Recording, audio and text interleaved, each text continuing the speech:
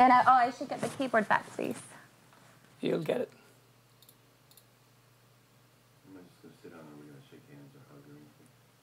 Like a TV show, or do I just sit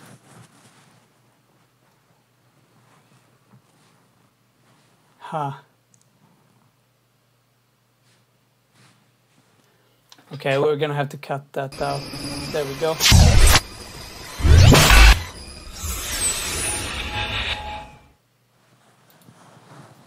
Okay. Hello and welcome to World TV. We are streaming from the Stockholm studio. And Peter, hit the... Hey, man. Go ahead. Hi, welcome to World TV. We are streaming live from the Stockholm studio today, and it is Friday, 3 p.m. We're streaming at our usual time. Thanks for joining. Questions are welcome throughout the entire stream today. We're going to talk about Stockholm entrepreneurs and also Global Music Project. Why? We have a special guest today. His name is Peter Fosso. He is the founder of both these projects. He's going to come in for an interview very shortly. We're also going to talk about a special announcement that's happened. We have a certain app that's available on the iOS store, so we're going to reveal that very shortly. And then Christian is going to join us on this couch very soon too. I will join you in a second. I'm sorry, I'm just going to set up so we're streaming on Facebook as well. Okay, so we're trying a few new things today. We're streaming on Twitch, we're streaming on Facebook, and we're streaming on YouTube for the first time ever. Definitely head over to World's Creations on YouTube. We have a few new videos out, including interviews from the last few editions of World's TV. So really great stuff up there. We have interviews with a couple of our game designers, Anton and Willie, talking about Squish and United. We also have an interview with Maya up there. She's our go-to-market, and she and Felix are currently in Munich at the moment. It's just been Oktoberfest. For those of you who don't know, it's a major beer festival, so look out for a couple of photos and snaps on Instagram and Facebook coming up shortly.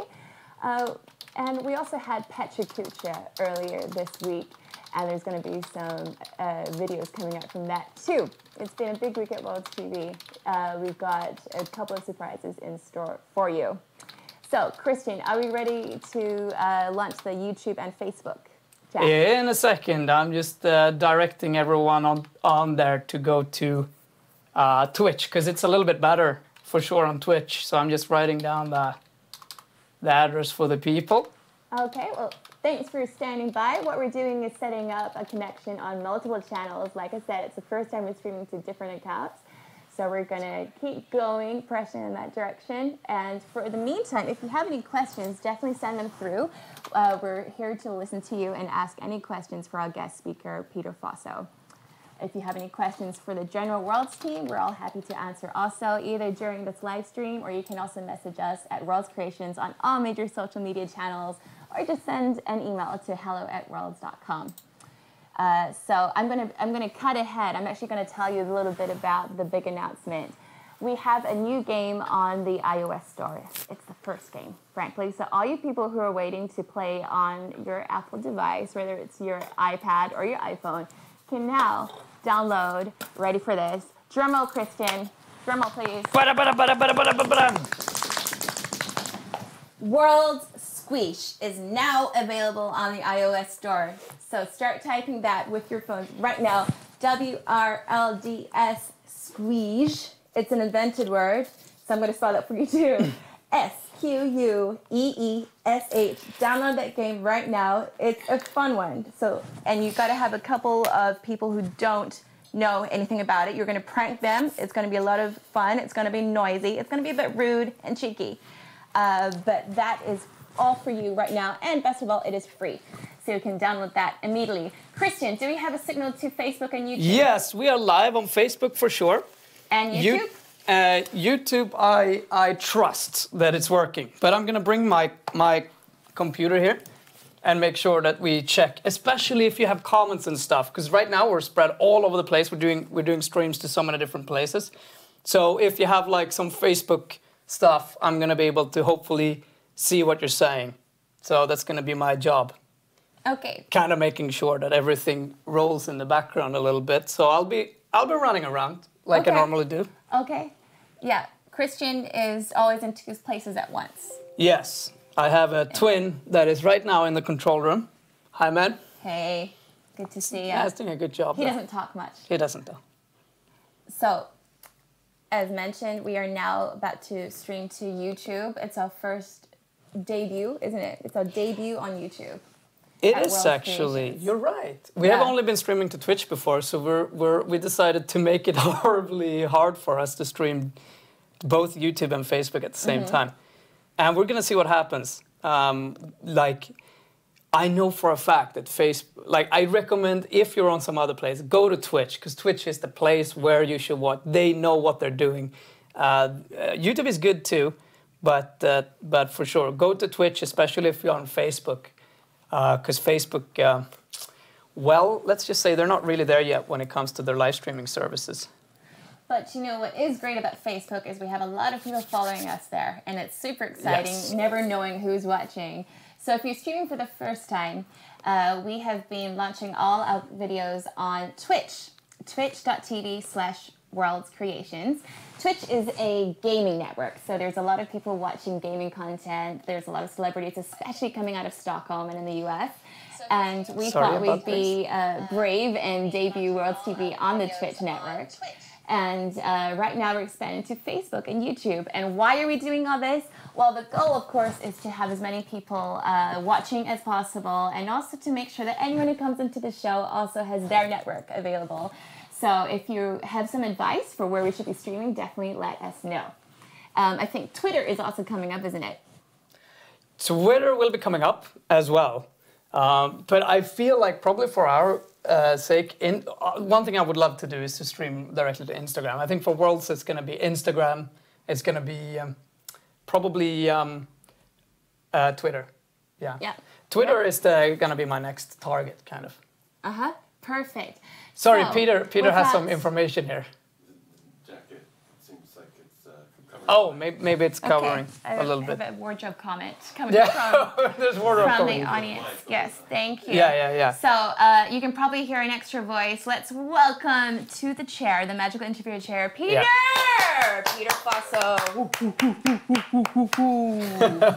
Peter, take a seat. Yeah, it's a huge studio. You have to like walk in, you know, wait for the applause. We have a studio audience here, by the way, for those of you who don't notice. It's Chris, my twin. Look at this. What's going on in the big screen? Like a delay. Oh, cool. We are actually I like that. playing around there. See you guys applauding, you know, Yeah. So I'm gonna go and make sure that when you switch to that later, we are absolutely ready to switch to that. Brilliant. So how are you doing, Peter? I'm doing well, thank you. It's nice to be here. Yeah. At the World TV studio. Yeah. So the thing is, I've seen you many times this week because you're always at different events. You're always at different events. Oh my gosh. I didn't even join the dots, did I? In order to see you, I must also be at these events. Exactly. So I've been pruning for the coolest people in the tech and music sphere, and incidentally, you are one of those people in both. Well, thank you very much. Yeah? I try and get out of the house once in a while. It's a good habit, folks. It's a good habit. So you are the founder of Stockholm Entrepreneurs and also Global Music Project. Yes. I want to start with Stockholm Entrepreneurs. Maybe you can tell the audience what that is. Sure. Yeah. I mean, it's a group. Boy, you know, I also run a group called Seattle Entrepreneurs back in the States where I come from, and pretty much the first thing I did when I got off the plane here was start Stockholm Entrepreneurs. I thought why not?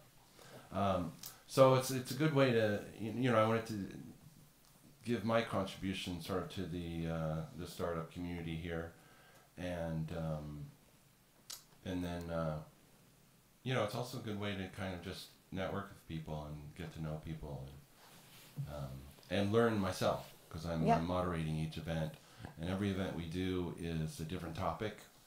In fact, I think we have a slide of different topics. And we do them. Do you wanna jump into the slides?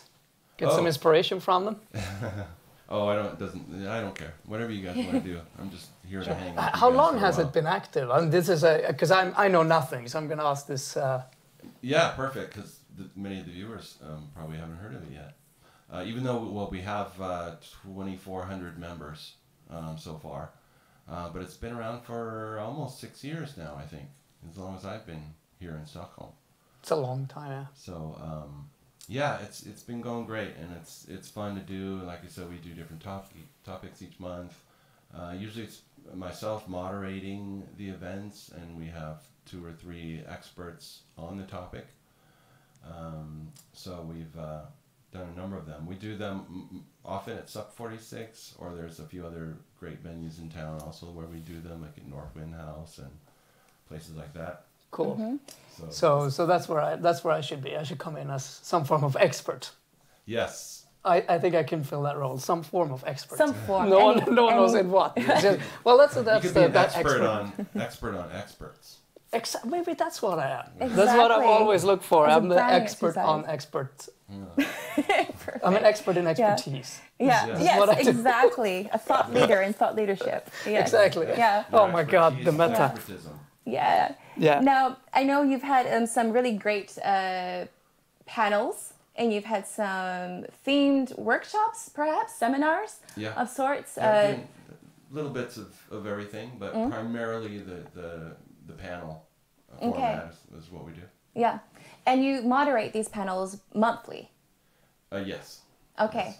Who are you getting along to these panels? Maybe you can talk a bit about who you've had on the evening. You know, it's quite fun. Well, a lot of experts, a lot of people from various companies. Yeah. Klarna, Spotify. Yeah. A lot just that have been succeeding over the years Yeah. and have done really well for themselves. Yeah. I've seen some VCs, angel investors. Yeah. Yeah. Some that have done Marketers. quite well for themselves. Yeah. Yeah. Big, North Zone, Crandom, and Angel VCs, and Yeah. wow, yeah. I didn't bring that slide actually. Yeah, there's like 50 people on that one. But because you've been here for like 6 years, right? I mean, how do you feel in doing that in particular? How do you feel that scene has a little bit developed during these years that you've been here? Because I mean, I came here a year ago, right? Yeah, it has exploded. I mean, if Yeah. I could have just sort of invested in it when I got here, that would have been amazing. I mean, I have, I guess, in a sense, with Stockholm Entrepreneurs, but yeah, it was just kind of, it was interesting at first. There were some interesting players. Everyone knew of IKEA and people like this that have come out of Sweden, but yeah, since the last couple of years especially have just been huge, through the roof. I mean, Stockholm is one of the greatest startup communities in the world. Yeah, I mean, I really agree. I think so. Like I said, I mean, I came here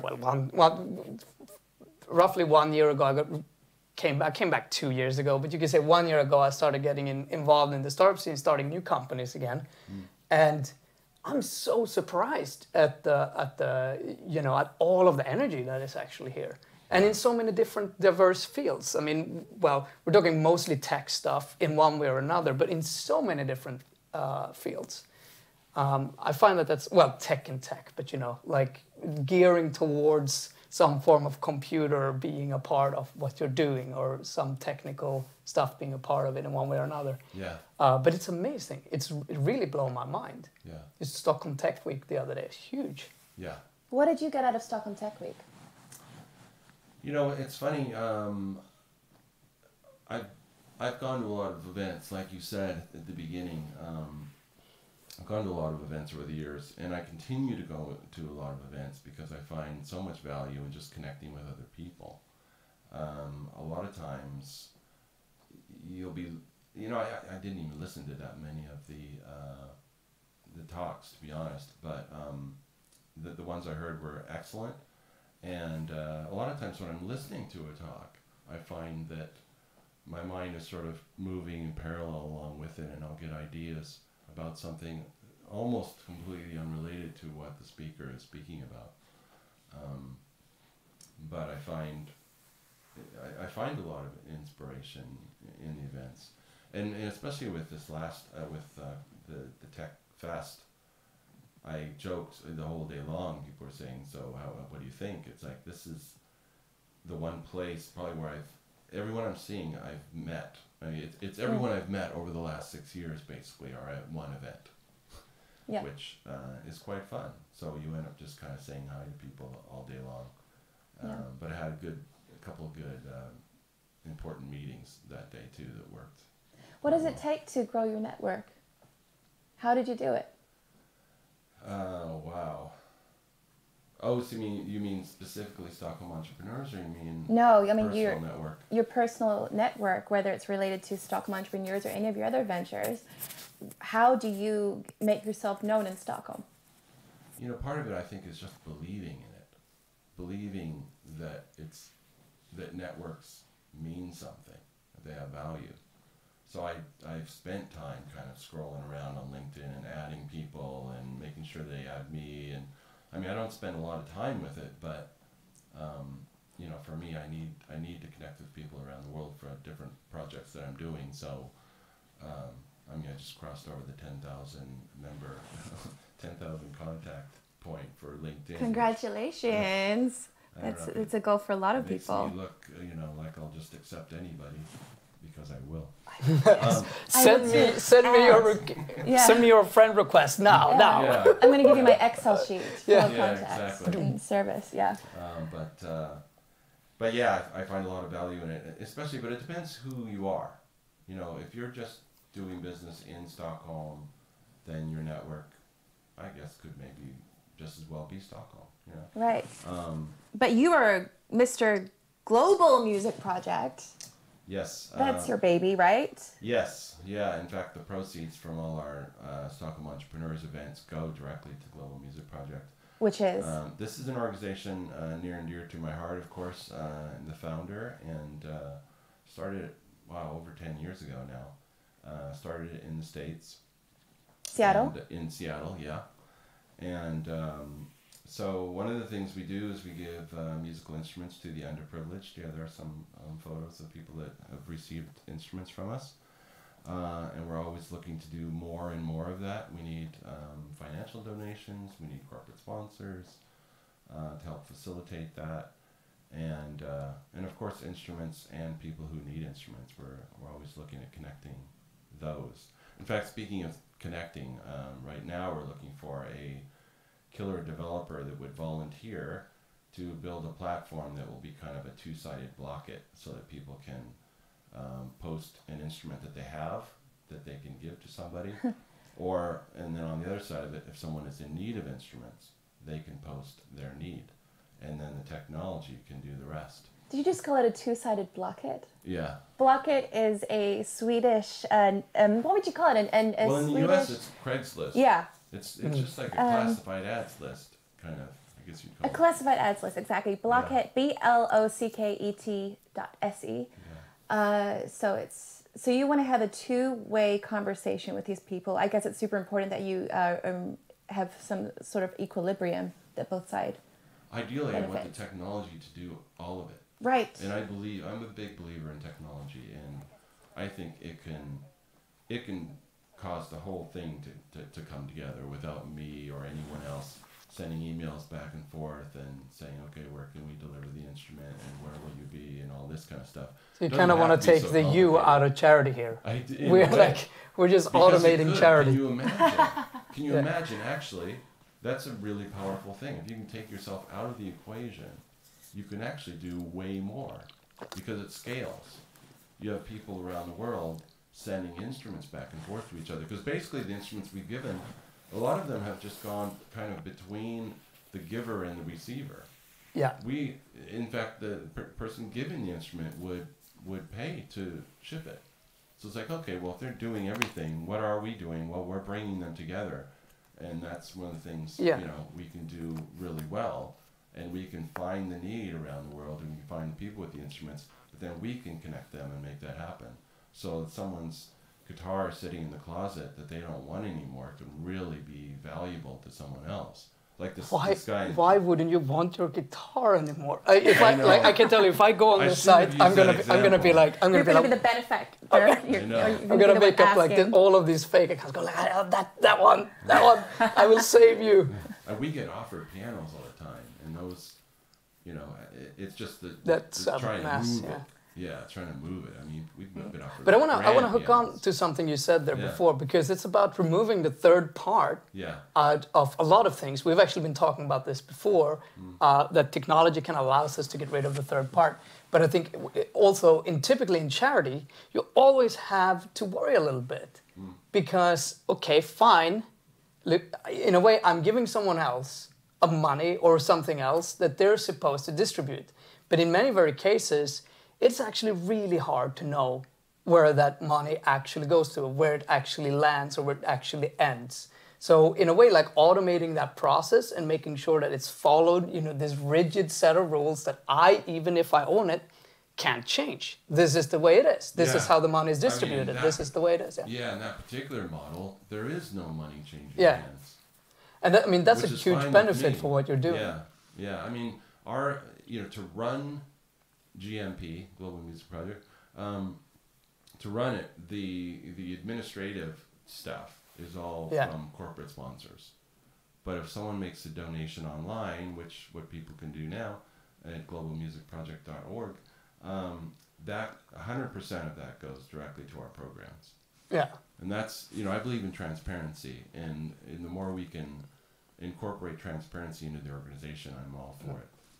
Apart from a 10% that goes into my studio collection. Right? Yeah, you're cut for the day for the I take TV like show.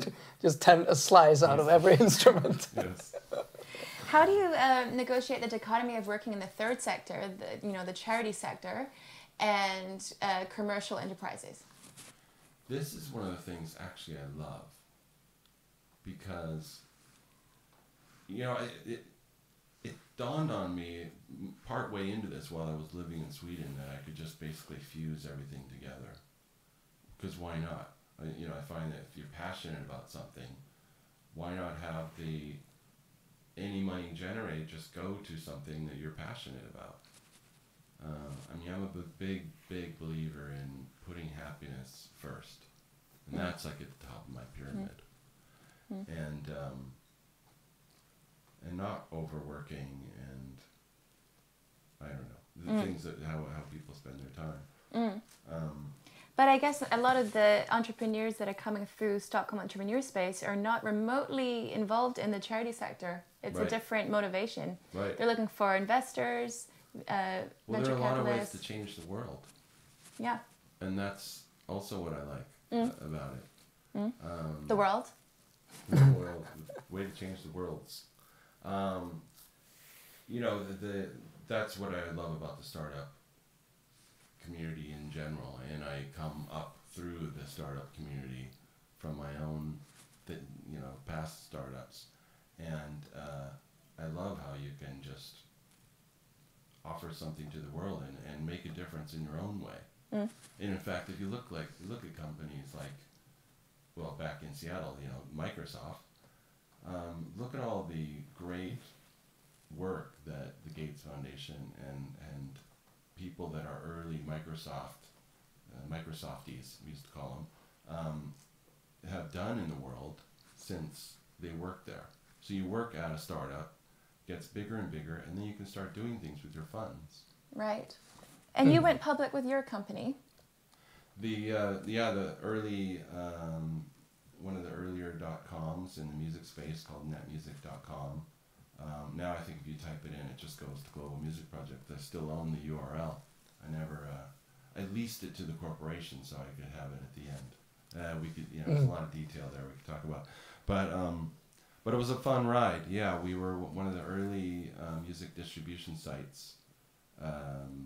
And primarily we were doing indie artists. We had the largest catalog of independent music in the world. And took the company public late 90s, around 2000, when everything else was kind of crashing.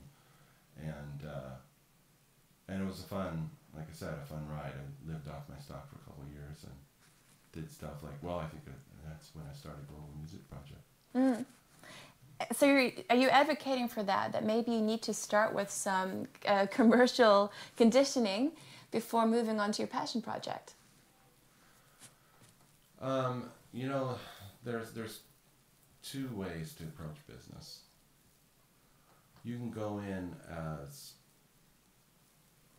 one path is to look at what really will likely make money and go for it. And that's an interesting path, and it works for many.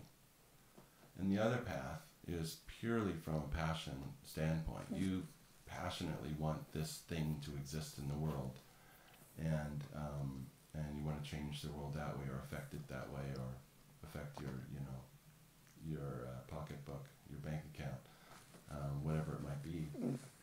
So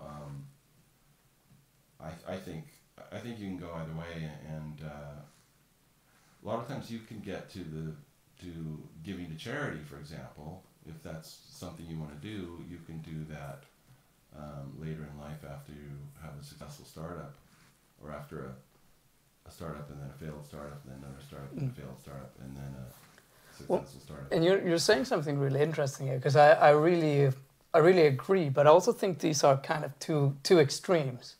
Sometimes they're called the Crusader rule and the mercenary rule, you know, like, you know, and I think one of the, and because I'm fortunate enough to meet a lot of people who want to start their own stuff, and they'll come to ask me questions. And I always think that if you are completely passionate about it, which means that you are so into this vision of yours, I'm inclined to think they're going to fail. And equally, if they only care about the money, if what they talk with me from day one is about how much money they're going to make, I know that you know, because it's so hard to inspire somebody. Like if you build an organization that's only about money, that's what everyone's going to have. That initial spark of energy has to come somewhere from something that you actually want to do in order to carry it. But if you don't get how we're going to have to take this road, because this is where the money is right now, and you need to make those really hard calls, and you need to be able to make them believable. I mean, you need to believe them, and you need to actually be able to inspire others. So, but I think it's a really interesting. Whenever you listen to someone talking about something they are doing or want to do, you can kind of see that exactuality you're talking about, and try to kind of see what scale they're on. What is the most important factor that is driving this person to do this? Yeah, that's a great point, and it also it depends on the culture within your startup. You know, when I launched Net Music, my vision actually, I had read about this theory of online communities. There really weren't anything. There was nothing really as a social network at the time. And I thought, I'm going to do this. I want to do like a community around music online. And I got people along with me, but then they started kind of, there were two of them and one of me, and suddenly they kind of wanted to take this other route, and then we started getting investors, and they wanted us to go another route. And, when I said, well, let's do this thing, and there's this new thing called MySpace they're doing what I'm talking about. And then they said, MySpace, they'll never make any money. Of course, they were bought for $680 million, I think, right after that. But, it's getting everyone on board and all having a sort of a singular vision. And then, that tricky balance about your profits and your beliefs. Yeah.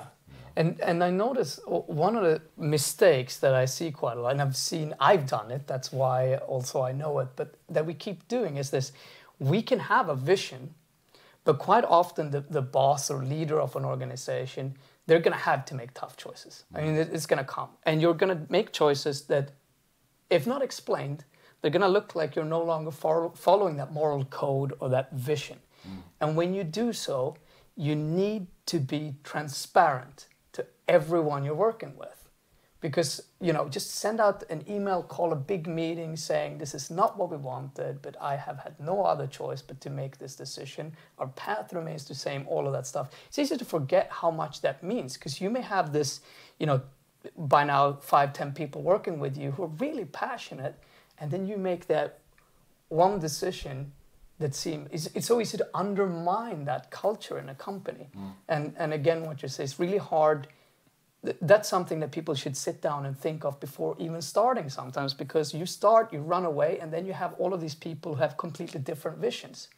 Like if it's not really solidly formulated, that you have really thought through these words, you have thought, through how to explain this in the large picture and how to kind of draw what it is that you want, kind of get it into people's minds, it may be even more successful because you have a lot of people with different ideas, but at some point, those ideas are going to diverge.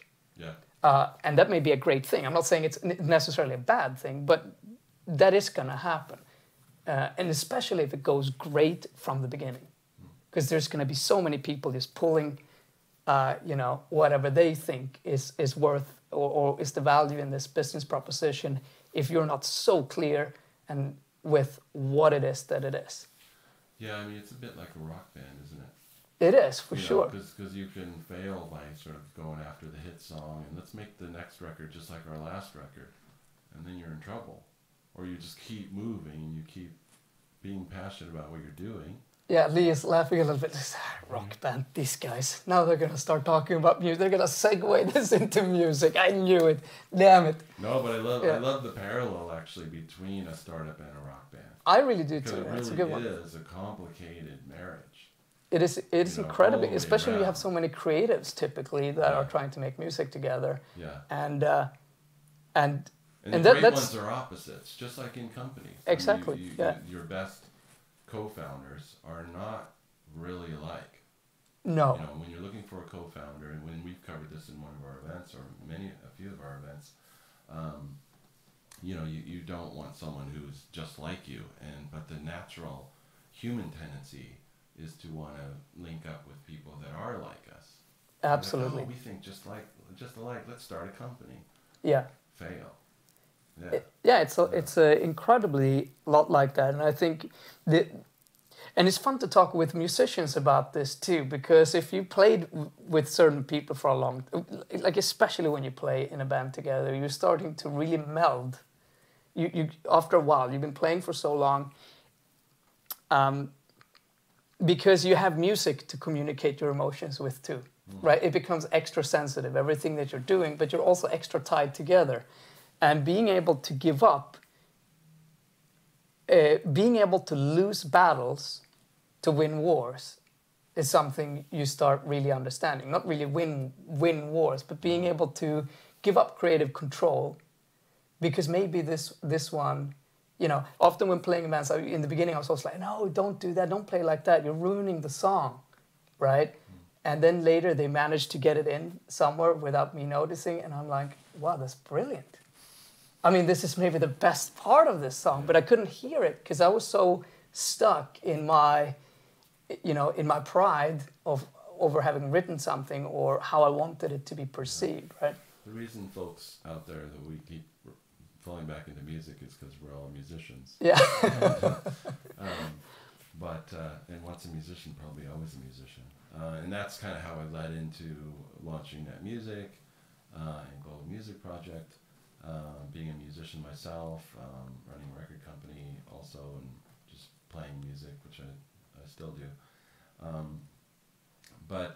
And artists, musicians are entrepreneurs too in their way, and that's also what ties back to Stockholm Entrepreneurs.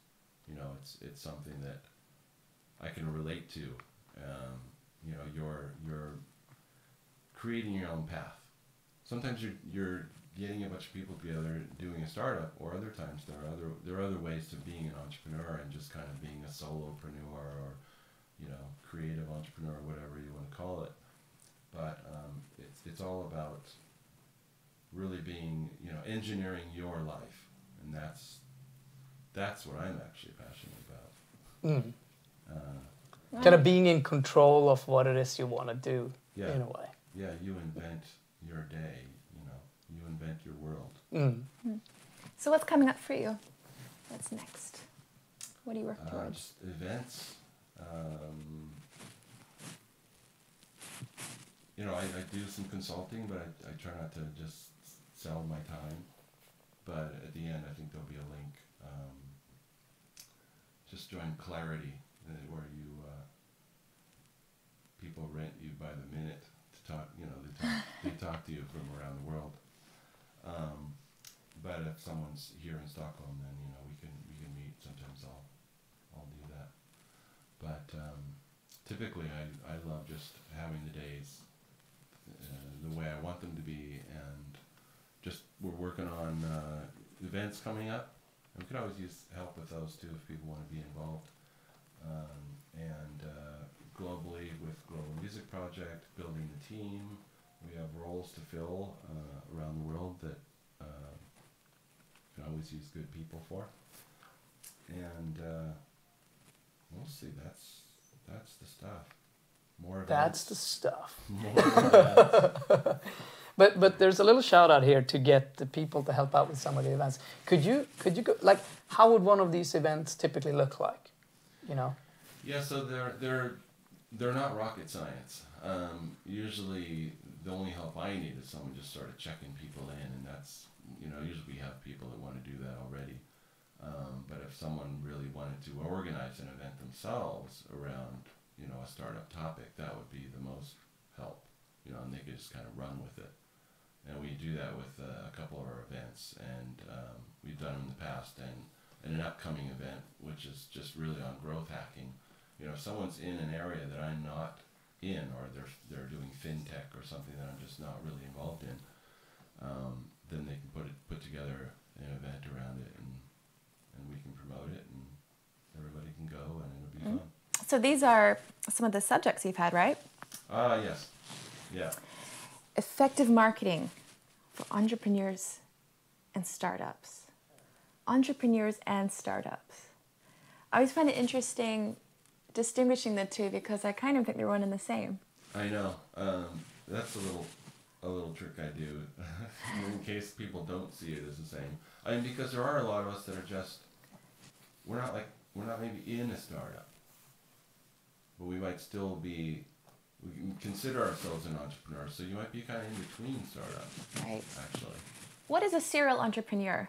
That's the hot buzzword. Yeah, I think phrase. it's one of my it's probably one way you described me, actually. Yeah, I see it as just over and over again. You know, you've gone from one startup to another. That's the serial part.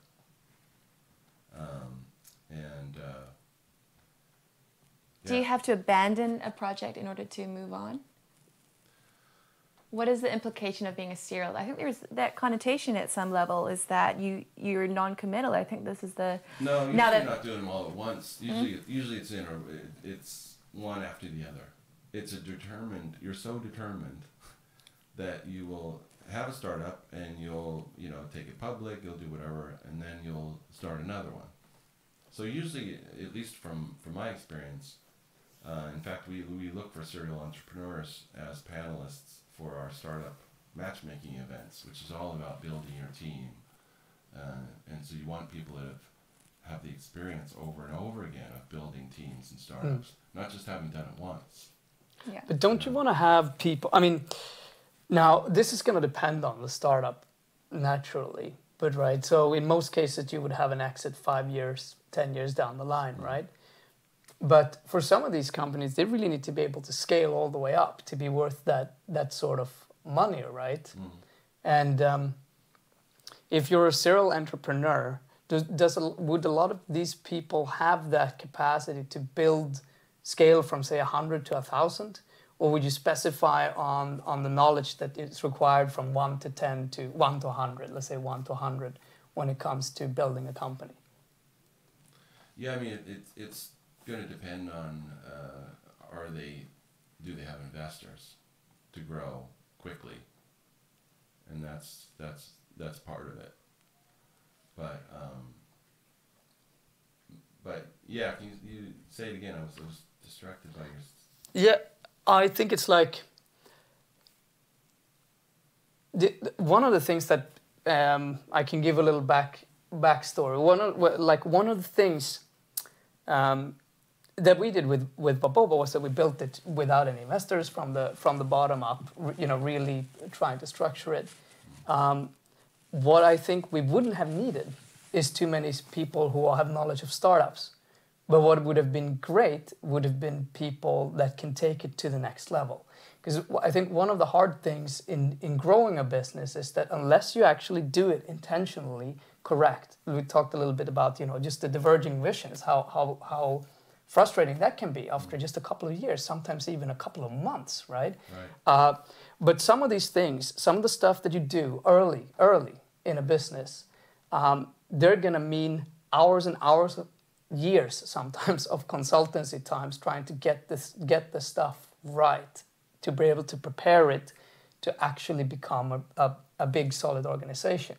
And this is one of these slightly typical things I have against the terms entrepreneur a little bit.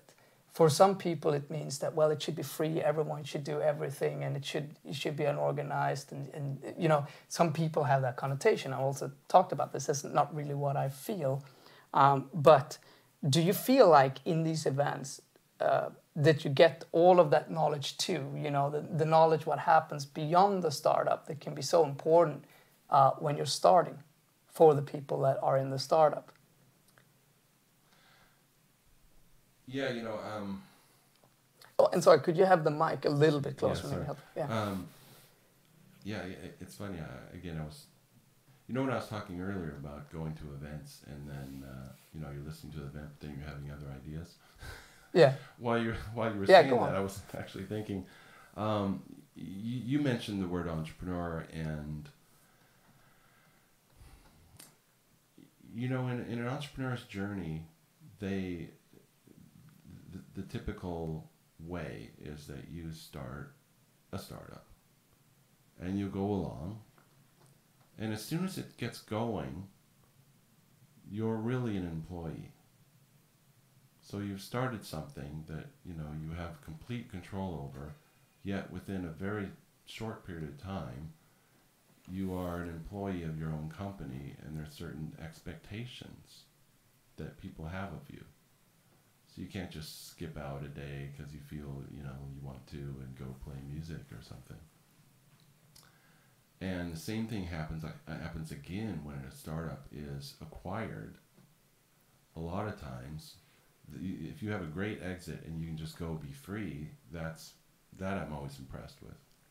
But a lot of times, you'll be bought by, Microsoft or somebody, and then they want you as an employee. And that's part of the agreement if they're going to acquire the company. So then what is an entrepreneur in that sense? Yeah. It's a good question. It's just and really like you're pointing out, higher paid employee. Exactly. I mean, that's what you're in a sense, that's what you're going to become. And I think a lot of people have this idea that it's some form of freedom. When in fact, if you want to get bought out, at some point, you have to make sure you have a set of rules in the company early that you can never break, right? You're the last one that can break, say, these type of rules to a certain extent, right? And then maybe when you make the exit, it's going to be so well organized, the procedures is going to be in place that you're actually not really needed within the organization. But a lot of these big companies will go and see it, well, this is quite a lot thanks to you and your relationships that this is working. So until we have figured out a way to structure this mess that you've created into something that is going to work, you're going to have to stay here and make sure it rolls, right? And then, in reality, the only thing you've really done for yourself is again, create the same type of work that you probably wanted to leave in the first place, with the upshoot of being able to make some cash out. But it is incredibly hard. Like if you want to cash in on your business, you have to, in a way, be an employee and be prepared to go into that and do that intentionally, at least. With that particular path. It is. Because there is, there are entrepreneurs around the world, of course, as I mentioned before, sort of the solopreneur and the creative entrepreneurs, those of us that maybe are just playing music for a living. Yeah. you know, are you an employee? Are you employed by your audience? Kind of, you know, who knows? But I think a brilliant way to work a company is to look at how you can basically, like we were talking about with the tech for Global Music Project, if you can basically remove yourself from the equation. Like you start a company, you bring people into the company, and you have roles for everybody, and you figure out, like when you start a company, your sort of role map is going to be your name probably is in all the boxes.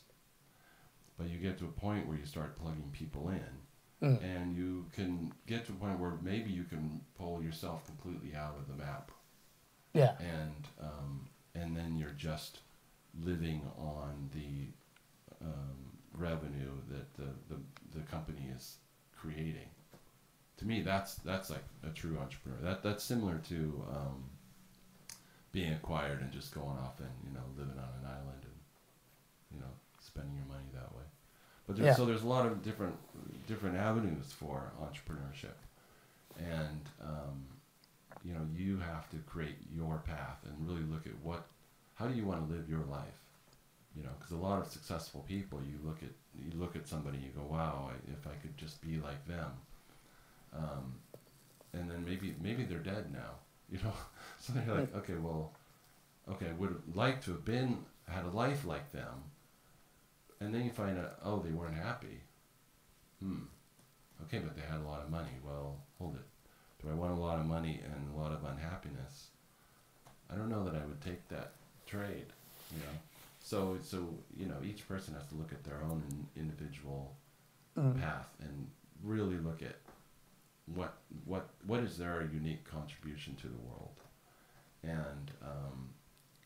and whatever what they consider discrepancies in themselves, any disadvantages, how can you turn those into advantages? Yeah. We're each so unique. You know, people are sitting around thinking, oh, but I've got this problem that's keeping me from succeeding or whatever it is, but they should just be looking at how to use that and, you know, to an advantage. I don't know if we're talking about personal development here now, but yeah, but it's really interesting, and we actually, to connect with what we talked about last week, I think we actually brought it up a little bit. What was that? Because quite often when we talk to people, when we try to get their vision, this is something that has been important for me, trying to work with people. I want to kind of understand where they want to be. But there's a even more important question, that is, who do you want to be, right? And these two questions, when you ask them to someone, can have these huge differences. You know, like, well, I want to be, I want to be rich, I want to be driving a car, I want to be doing this. And who do you want to be as a person? Well, I want to be relaxed and happy and care about my family and this and this and that. And maybe these things, you know, you really need to know which one carries most weight to you. And that question, who you want to be, is actually, to me, more important. It's not really about anything else than what person do you want to be, and how do I help you become that person, right? How do I enforce that person? How do I bring that person out of anyone I'm with constantly? Because yeah, we often get lost, and I think sometimes we just don't ask that question. We're like, well, where do you see yourself in 10 years? Not who are you in 10 years? You know, like what's up? What's going on here? You know. Right, and when you get to the present. Yeah. That's what I'm concerned with. It's like, oh, okay, it's always. That's true. It's always people are in the process of always becoming. And that can be good. It can make you feel good about yourself. But ultimately, it's like, who are you now, and who do you love being, like right now, being in the moment, you know, embracing every moment. Yeah. Because so much of it's all about becoming, and when do you get there? Yeah, and that's really kind of Buddhist theology slightly as well, but it's really true. Because we're never done until we decide so. Right. You know, and that doesn't mean that we're done, really. It just means that we can start feeling a little bit happy about where we are at this point. Starting now. Yeah, now, right now. Yeah, because you can't be only happy when you're done. No. You know. So. Yeah, sorry, floating off into philosophy. It's beautiful. It's beautiful. I feel like we should all have a little premonition. Yes. We should have a little premonition for what's ahead for Peter. Yes. Oh, for me. I think, yeah. Not for the world or anything. No. It's all about you, Peter. It's all about you. Christian, what do you think is ahead for Mr. Faso? Well, I mean, I hope that Peter comes to the studio more often. That'll be fun. This studio? Yeah. Okay. And hang out and make some music. I see that's a possibility in some future. So do you think that I will, though? I think that you will, that it's going to happen. Because it's going to be irresistible. Yeah. Yeah, because it's going to be so cool to come here and make some music. He's going to come around. I'm going to slowly like convince him that every 10th instrument magically just gets into this space. So I saw this, by the way, did you see that, this little meme, which is, it's so old now, I still love it every time. It's like this dude who so I told my girlfriend, I sold one of my guitars, and she goes, I told my girlfriend I bought a new guitar, and she goes, so you sold your own one? And he's just like, you. Right. She's crazy. Right. Yeah. That reminds me. One thing I am looking for actually is the best producer in town that is daring enough to take tracks like stems, if you guys know music, from the stuff that I've done in the 90s, or sort of post-grunge era, late 90s maybe, and put it into something new and interesting, a sort of a fusion, very modern sounding with pulling some of the 90s influence. Yeah, if you have bass and guitar recordings, those in particular, we could chop them up and maybe use them. But anyway, someone who could make a hit song. We can talk about it later. I'll show you. Yeah. Well, and we're about to wrap up. What's your premonition? Yeah, I'm getting there. It's gonna end on a high note. I'm kind of liking this now. My premonition is the next Stockholm Entrepreneur event. For those of you watching, it's October 15th at Sub 46 in Stockholm. I think there's going to be a live stream of that event so that everyone watching can tune into that. That's my premonition. I think that's quite possible. We could do premonition as well. What we could do actually is we live stream. You have a camera there that live streams here, and me and Lee sits here with snarky comments. Yes. We're like the commentators of the whole event. Exactly. Providing like, comments. I can't believe Peter just said that. Oh my God, did he do that? Oh, that's so embarrassing. And the last one is yours, your premonition for yourself in the next 2 months of the year. Our sofa just disappear? Oh, there we go. Oh, yeah, there again. Because that was going to scare me. I thought we were gone. It just disappeared. Yeah. Well, I predict that, first of all, that our mobile app will be done, because Global Music Project is launching a mobile app. And it's going to be sort of like a mini Spotify, but it'll be based around geography more. I can spin a globe and click on it and hear music from the location. So we've got a couple thousand artists already. I predict we're going to get many more thousands of artists actually that want to be part of the app. So we've got 130 different countries so far, and we haven't even launched it. So that'll happen soon, and November 15th is our pitching to investors event, so that'll be good. So there's going to be investors at the Stockholm Entrepreneurs event? Yeah. Okay. They'll be on stage with me, and there'll be a few startups pitching to them, and the rest of the event will mostly be them talking about how to best pitch to them and what they look for and all this kind of stuff. Amazing. So yeah, lots is happening.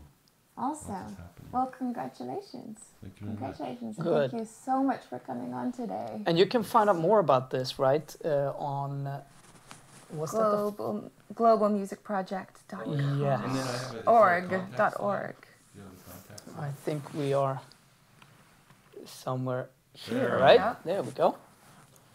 Just in case. Yeah. Blah, blah. Clarity.fm, that was the new one. Yeah. LinkedIn. Twitter, I don't really use that much, but Twitter is You interesting. must. It only in Sweden, it's only politicians who seem to care about Twitter. really? I mean, that's the Yeah. only place I ever hear about Twitter. It's the newspapers bring it up, but I have no friends and no connections, like, you know, that actually uses a lot of Twitter. Yeah. Yeah. I've And never the really politicians goes liked nuts it so about what much, happens but on yeah. Twitter. They're like, oh, they did this on Twitter. And you go like, you must be the only one who ever cared. Do you think that this is representative for people, what's going on Twitter? Yeah. It's a little scary. If you guys are on Twitter, please tweet at Peter Fosso and please tweet World's Creations. Yeah. And we're desperately waiting for that, actually. So if Yeah. you're on there, just do it, and we will retweet you and make you a we- celebrity. We'll retweet you, we'll heart you, all of these things. We'll do everything we can. Everything. We'll click every button. Let's We'll tweet. Exactly. Thank you so much for tuning in. We're going to be back next Friday at 3 p.m. You can also rewatch this episode on twitch.tv/worldscreations. And hopefully, if it worked out, on YouTube and also Facebook. Thanks for tuning in. Thanks for tuning in, guys. See you next time. Bye. Bye.